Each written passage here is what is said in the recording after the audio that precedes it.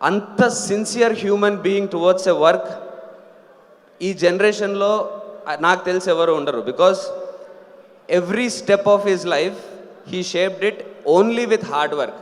ఆయనకి just because ఏదో simple things వల్ల ఆయన జర్నీ కూడా, if you see super stars of ఆ range of super stars, biggest super stars in India చూసుకుంటే, ఈయన జర్నీలో ఉన్నంత కష్టం, ఈయన జర్నీలో ఉన్నంత హార్డ్ వర్క్ ఏ సూపర్ స్టార్లో ఉండదు. ఎందుకంటే ఈయన చేసుకున్న ప్రతిదీ, ఆయన చిరంజీవి గారు అంటే ఆ రేంజ్ ఆఫ్ డ్యాన్స్ వేయాలి, చిరంజీవి గారు అంటే ఆ రేంజ్ ఆఫ్ కామెడీ చేయాలి, చిరంజీవి గారు అంటే అంత కష్టం పడితేనే చిరంజీవి గారు అని మైండ్ చేశారు. సో ఆ హార్డ్ వర్క్ ఆయనకి ఎప్పుడు సినిమా పట్ల ఉన్న సిన్సియారిటీ వల్ల వచ్చింది. ఇప్పటికీ మేము ఏమైనా సజెషన్ అడిగితే, sir one suggestion that you want to give to this generation అంటే ఏం చెప్పరు. ఎలా సక్సీడ్ అవ్వాలి, ఎలాంటి ఏదేదో పెద్ద పనులు చేయాలో చెప్పరు.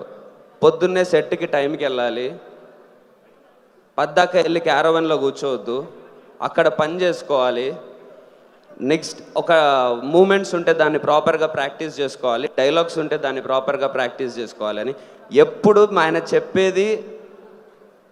పని సిన్సియర్గా సినిమా కోసం ఎలా కష్టపడాలి అని.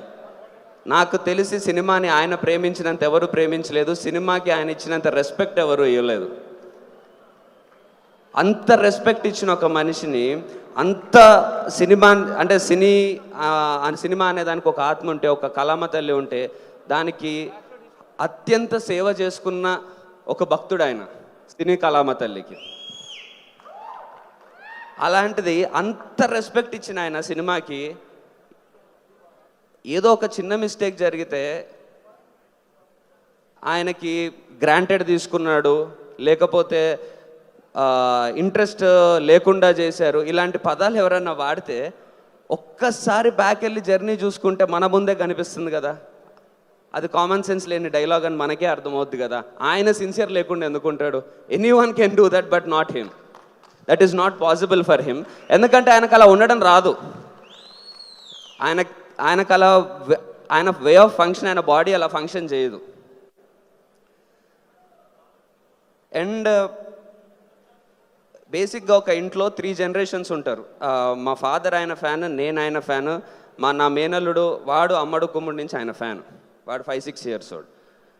ఒక ఇంట్లో 3 జనరేషన్స్ని ఇంపాక్ట్ చేస్తున్నప్పుడు జస్ట్ ఆయన తెలుగు ఇండస్ట్రీకి ఎంతో చేశారు. బికాజ్ ఆయన రేంజ్ ఆఫ్ తెలుగు సినిమా మార్కెట్ని పెంచిన తీరు, ఈరోజు మేము ఆ ఫ్రూట్స్ ఎంజాయ్ చేస్తున్నాం. హీరో అనే దానికి ఒక క్రేజ్ అంత తీసుకొచ్చినందుకు ఈరోజు ఇంతమంది హీరోలం అవ్వగలుగుతున్నాం. ఇదంతా ఆల్రెడీ మన ఓపెన్ ఫ్యాక్ట్. కానీ బేసిక్గా ఆయన క్రియేట్ చేసిన మెయిన్ ఇంపాక్ట్ ఏంటంటే చాలామందికి డైరెక్షన్ ఇచ్చారు. బికాజ్ నాకు తెలుసు, నేను లైఫ్లో అంత రెస్పాన్సిబుల్ పర్సన్ని కాదు, బట్ నాకు సినిమాల మీద ఇష్టం అనేది ఒక్కటి రెస్పాన్సిబిలిటీగా ఫీల్ అవుతుంటా. ఆ ఇష్టం నాకు ఆయన తెప్పించారు. ఆయన డ్యాన్సులు చూసి ఆ ఇంపాక్ట్ నాకు రావడం వల్ల నేను లైఫ్లో ఒక డిసిప్లిన్ తెచ్చుకున్నా. డ్యాన్స్ నేర్చుకోవాలి, హీరో అవ్వాలి, ఆయనలాగా మనము పెద్ద స్టార్ అవ్వాలి అని ఆ ఇన్స్పిరేషన్ నాలో నింపారు. నాలాంటి కొన్ని థౌజండ్స్, 10,000s, lakhs ఆఫ్ పీపుల్లో నింపారు. దానివల్ల ఒక జనరేషన్లో డిసిప్లిన్ పెరిగింది, కష్టపడే గుణం పెరిగింది, ఇంట్రెస్ట్ పెరగడం వల్ల. లేకపోతే ఏ పని చేసే వాళ్ళమో తెలీదు, ఏదో ఎంజాయ్ చేస్తూ ఉండేవాళ్ళమేమో, లేకపోతే ఇంకేదో ఇంత కష్టపడి ఇంత రెస్పాన్సిబుల్గా అయితే బిహేవ్ చేసేవాళ్ళం కాదు. అది ఆయన లైఫ్ అనేది ఒక హీరో అవుదాం అనుకునే వాళ్ళకో, డైరెక్టర్ అవుదాం అనుకునే వాళ్ళకో కాదు. లైఫ్లో ఏ వాక్ ఆఫ్ లైఫ్లో ఉన్నా, అది ఏ ఫీల్డ్లో ఉన్నా, అలాంటి ఒక మనిషి ఆ టైప్ ఆఫ్ వర్క్ చేస్తున్నప్పుడు, ఆ టైప్ ఆఫ్ ఎంజాయ్మెంట్ మనకు కలిగిస్తున్నప్పుడు మనలో ఒక ఇంట్రెస్ట్ క్రియేట్ అయ్యి తెలియకుండా మనము ఆ వర్క్ పైన అట్రాక్ట్ అయ్యి దానికి పని చేసేస్తాం. మనకి ఏ వర్క్ ఉన్నా సరే ఆయన ఇన్స్పిరేషన్లా తీసుకోవచ్చు. సో ఇంత ఒక డిసిప్లిన్ ఇచ్చారు మాకు లైఫ్లో, to work hard and to be responsible in life. నిజంగా నాకు అనిపిస్తుంటుంది, చరణ్ గారు, వరుణ్ గారు, మన వైష్ణవ్, తేజన్న, వీళ్ళందరికీ ఆయన ఇచ్చింది ఎంతో మాకు తెలియదు. కానీ వాళ్ళందరికీ బ్యాగేజ్ ఎక్కువ ఆయన, ఎందుకంటే అలా బాధ్యత ఉంటుంది. చిరంజీవి గారి పేరు నిలబెట్టాలి, చిరంజీవి గారు ఇప్పుడు అలాగా డ్యాన్స్ చేయాలి, చిరంజీవి గారు అలాగా చేయాలని. మాకు ఆ బ్యాగేజ్, ఆ బాధ్యత ఉండదు. ఆయన ఇచ్చిన బలం ఉంటుంది. సో ఆయన మా అందరికీ బలం. చరణ్ గారికి, వరుణ్ గారికి, వీళ్ళందరికీ బాధ్యత, మాకు బలం. సో ఆయన మా బ్యాక్గ్రౌండ్, కష్టపడి సాధిద్దాం అనుకున్న ప్రతి ఒక్కరికి మాకు ఆయన బ్యాక్గ్రౌండ్.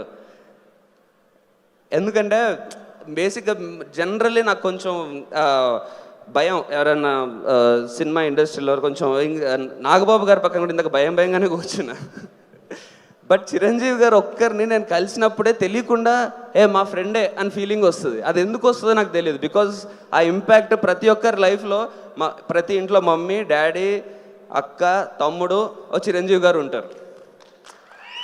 ఆ ఫీలింగ్ ఉంటుంది కాబట్టి ఈవెన్ మా పేరెంట్స్ని కల్పించినప్పుడు కూడా the way my mom was speaking, మా ఫాదర్కి కూడా నేను చిన్న హీరో అయ్యా ఇదంతా ఏది ఆయన ఎప్పుడు ఎగ్జైట్ చేయలే.